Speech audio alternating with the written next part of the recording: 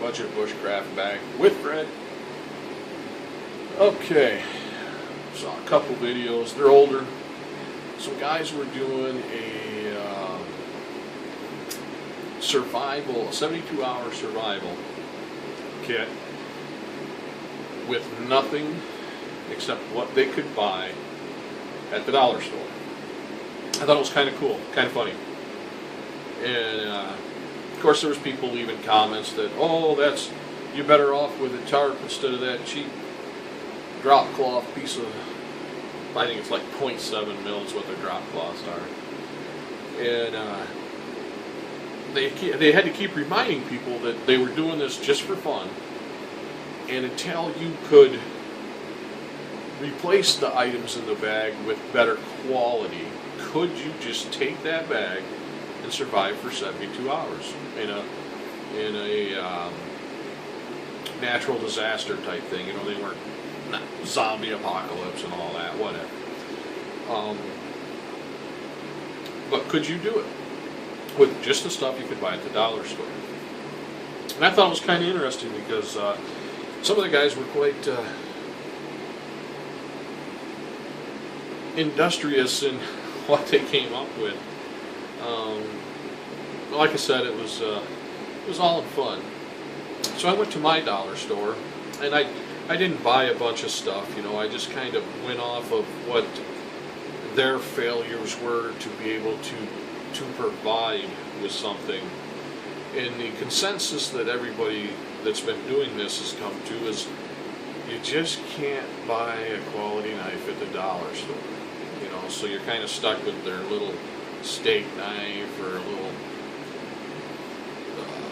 paring knife or their butcher knife, and you know they're thin and they bend. I mean, you can bend them with just 2 fingers. And so I went and looked around, and I kind of came up with some of my own ideas. The first thing I want to talk about is my Dollar Tree has these solar lights for $1 a piece. I've been kind of playing with these, and what I discovered is when, let me tip you down a little bit here, is when I took these apart, there's a little rechargeable NiCad AAA, and this pops all out of this little metal ring here, and what I'm going to do is actually pop the solar panel out of the center. And it has this little circuit board, but I don't need this little circuit board. But this little, I can't get quite my fingers in there. This battery area is just a battery holder, like, you know, whatever, to run the light when it charges.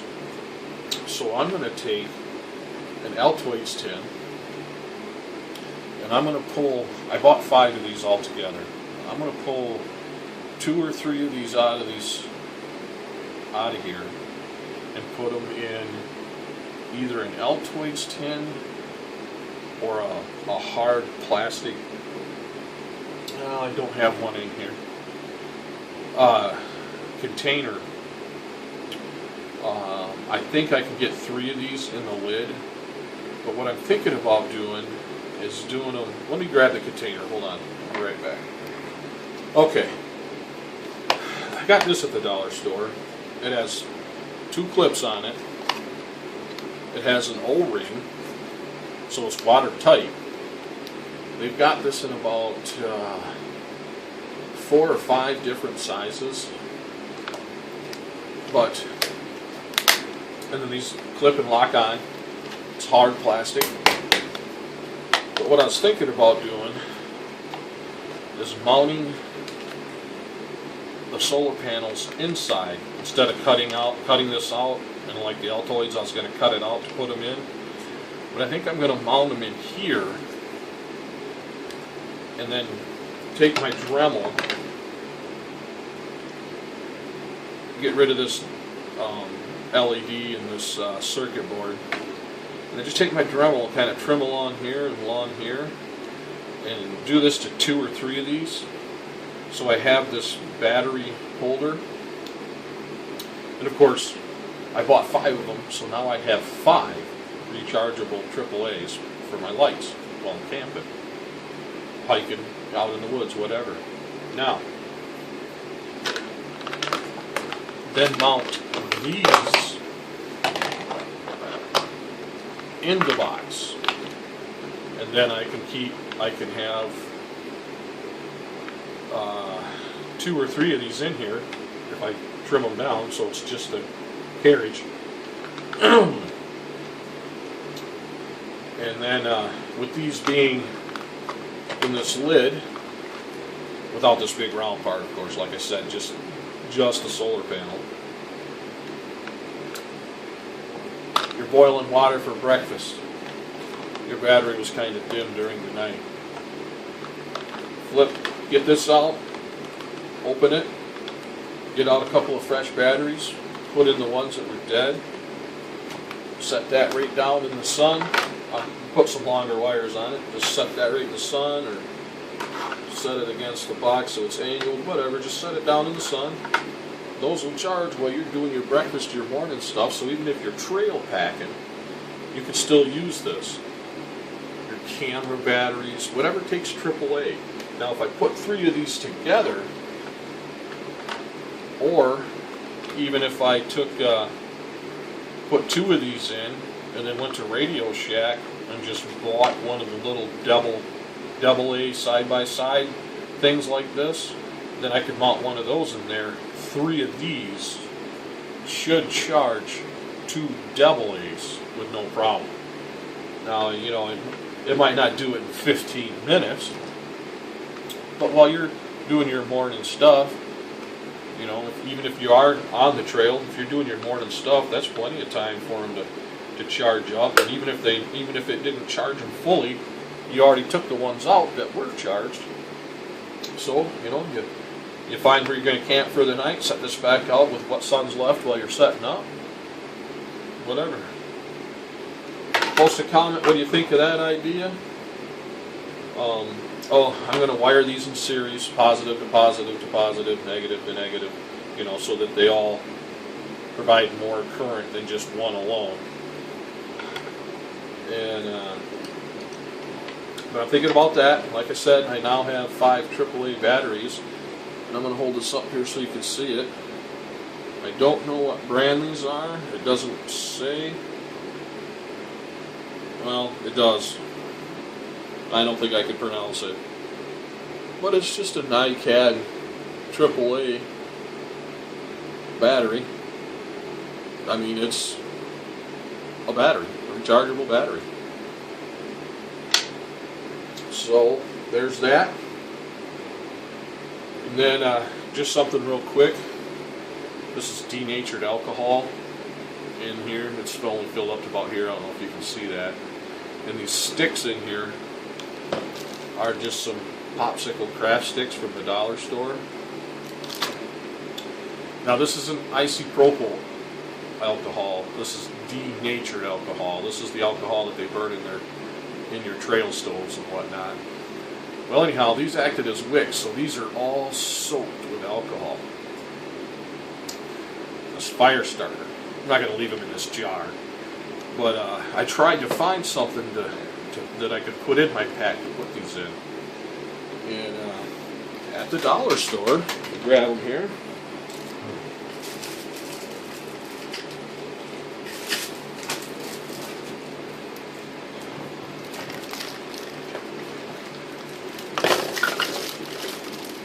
This is a 4-pack of this bottle right here, and this is just like a little fuel bottle.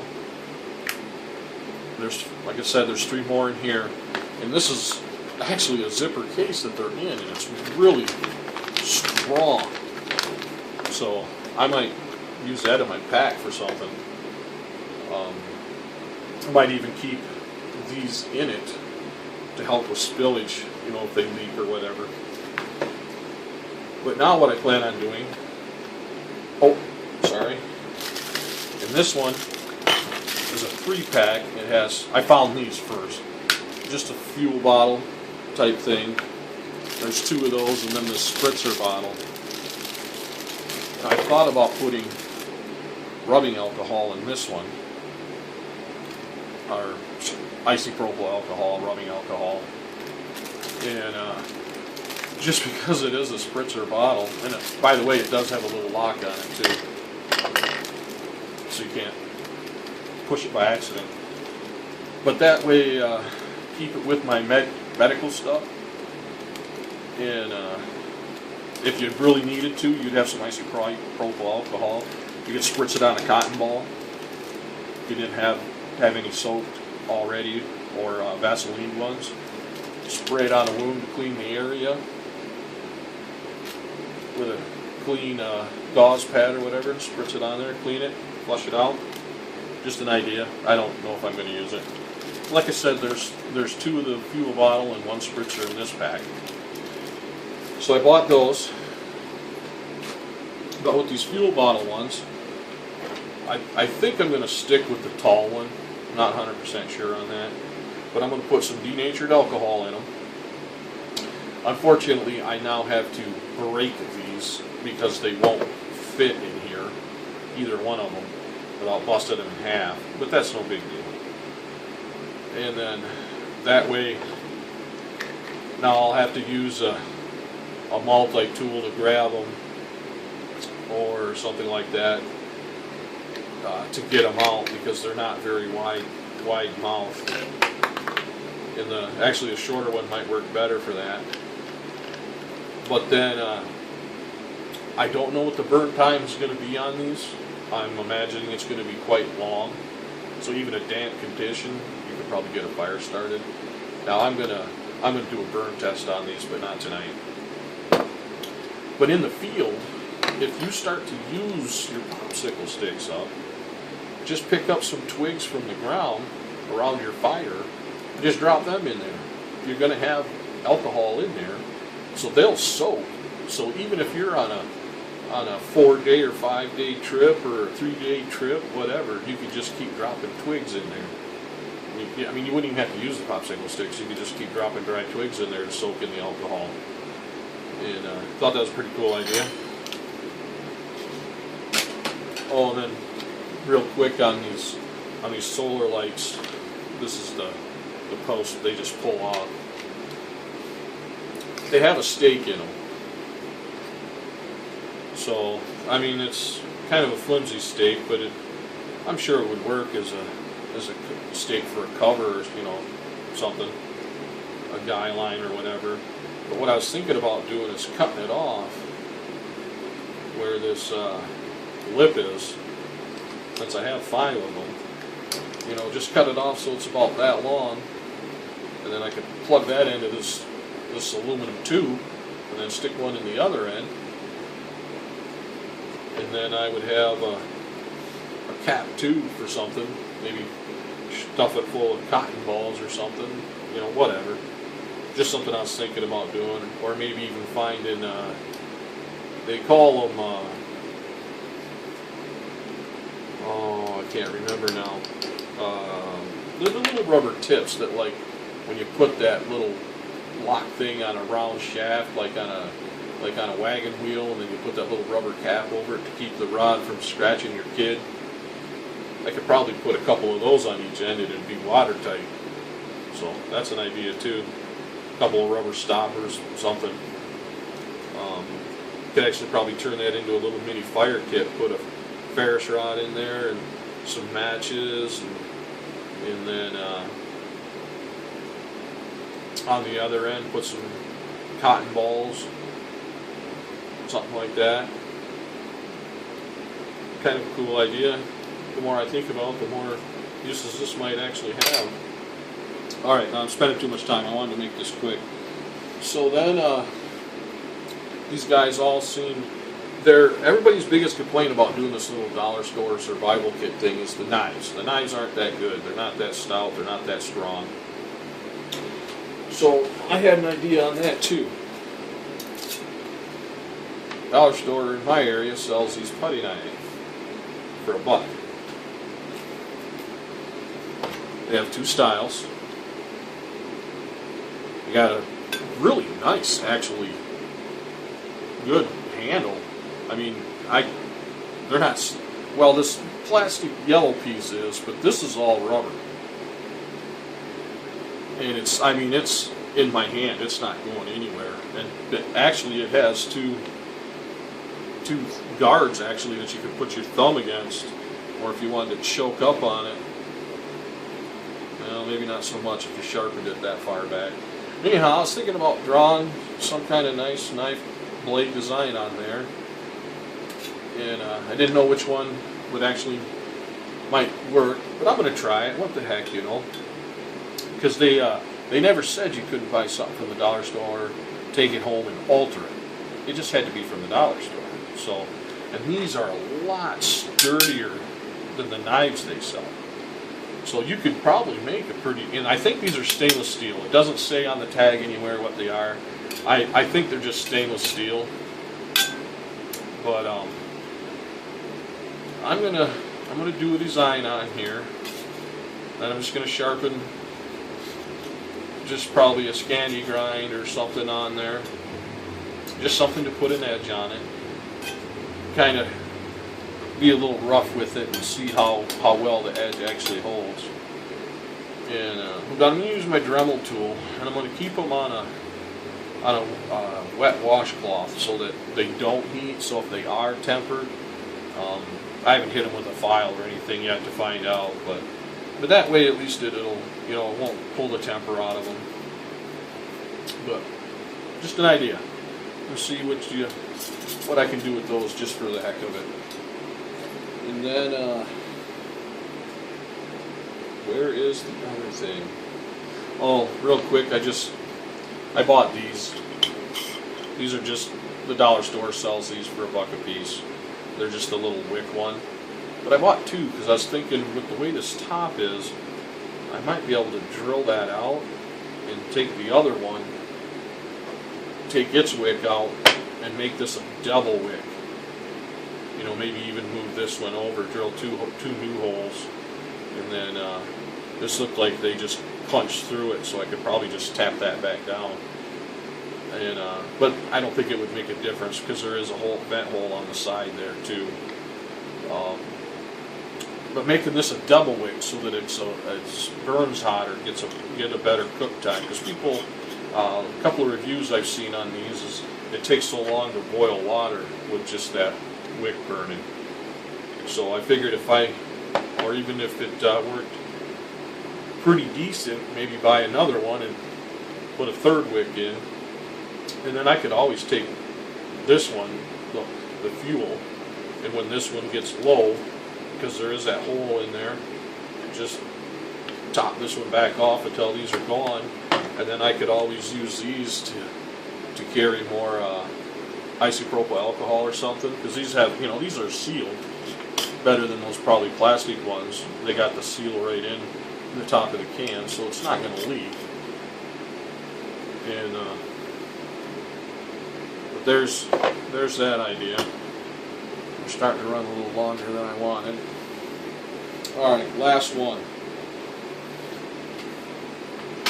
Now this one's actually two more. Sorry.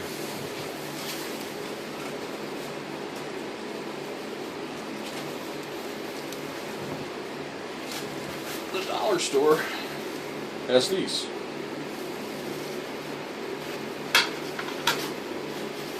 This is just one of those windshield keep the sun out of your car things. Well, I really like this one because it doesn't have a lot, but it's got a foam back. You know, so there's a little bit of barrier there, and it's waterproof. But this can reflect my heat back to me. I'm actually going to put this in my pack, my regular pack. I don't have a wool blanket or sleeping bag. I just use a couple fleeces, and I haven't been able to do any winter camping yet. But I figured if I put my ground cloth down, and I am going to get a hammock though. I'm going to buy one of those Walmart Equip hammocks. Been hearing a lot of decent stuff about it, as long as they change the ropes on the end to a better quality. But put my ground cloth down, put this down, and then I just use fleece blankets, and then put them on there. I mean, just with my hand on here, it's getting worn. It's reflecting the heat back. So, and this isn't one of the cardboard ones that you always see people have that fold up into those 3 pieces or whatever. This is, I could fold this up. I mean, this is just a piece of scrunchy cloth basically, but I could fold that up real nice and small. Put that right in with, fold my ground cover up and that up and my blankets and put them all into a bedroll. And then I've been looking at getting some webbing, bulk webbing and some buckles. And the biggest thing is for the bedroll. And so when I was in the dollar store doing all this goofing around, I found these. Dog collar, 16-inch to 24-inch. This has a D-ring on it for the leash, of course. It has a Fastex buckle. It has the adjuster and what they call a keeper, like if it was a belt. Now, this is going to fit my bedroll. I'm probably going to I can probably roll mine up smaller than this. And but I can cinch it down so it holds it tight and secure. Then I had this D-ring to hook to my gear. So I bought 2 of them for $1. That's cheaper than you can buy this stuff to make this with all this extra hardware on it. So, yeah, I mean, what the heck. And then this was just kind of,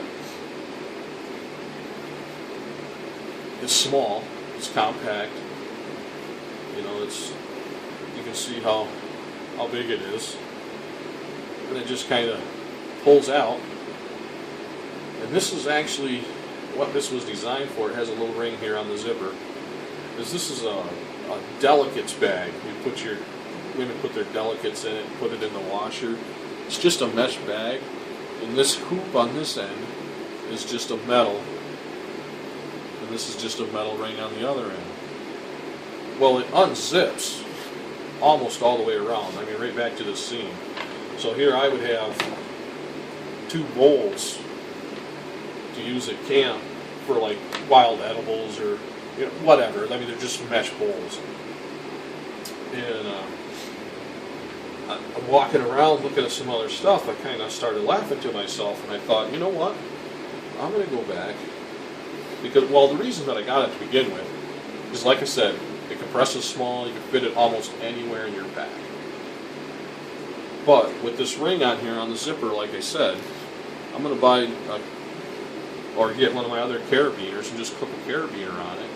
So if I'm walking through the woods, and I'm like, wow, look at all those, fresh strawberries or blueberries or whatever wild edible you see, pop this out of your pack,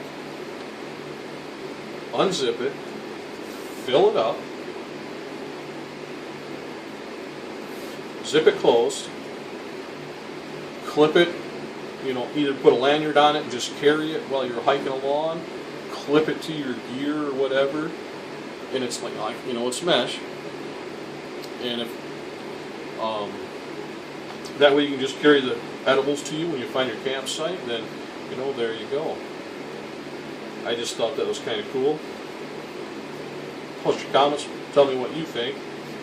And then I got really silly, kind of along with the knife thing with these guys doing their survival bags. I think I'm going to go back and buy 2 more of these, so I still have this one for edibles or whatever I need to do. I mean, you could even put your dirty t-shirt or socks or whatever in it, and with a line and a rock in it, you could dunk it up and down in the creek or river or lake or whatever and kind of do some laundry. But I just got that in case I find edibles. That's kind of what I got this for. And but I'm thinking about going and getting 2 more, cutting the ends out of both of them, and then putting the 2 ends together, and then just taking some inner strands of paracord with these metal loops, and just stitch through here and sew these hoops together so it makes one longer bag. By the way, this is 6x6x5, in case you're wondering. And so then I would have one twice as long, because I saw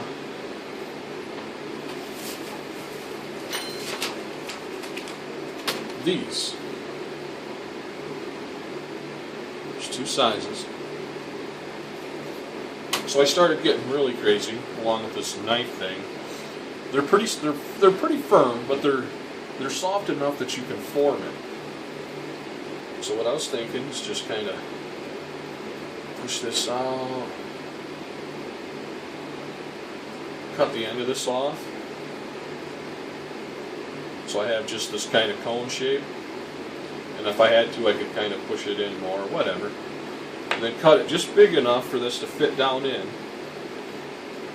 stitch that in this end. Now remember, this is doubled, so go down to the other end and do the same thing with the other one of these. Now you have a packable fish trap. Now, I've used lots of minnow traps, and I've used some that were approximately this diameter. Of course, the cone in the end was probably smaller than the end of this. And you know, you can make a survival fish trap out of a 2-liter. And if you don't know how to do that, you can YouTube that at, or just leave a comment and I'll do a video and make one.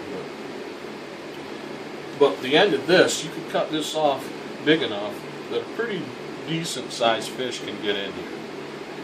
And you know, people are always like, well, that's not a fish.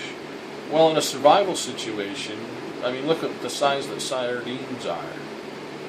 You know, so I mean, and a fish bigger than a sardine could swim in this.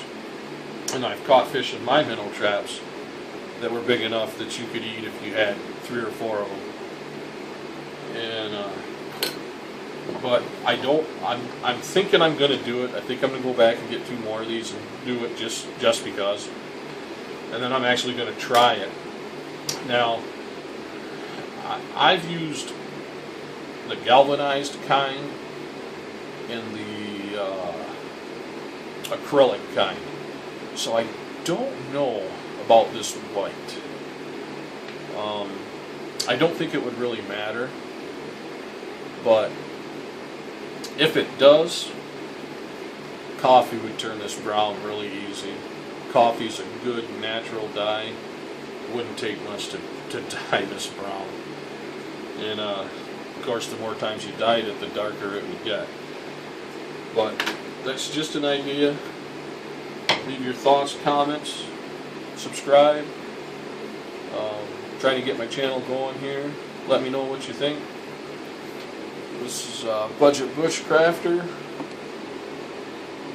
Fred here. We're out. Have a good one.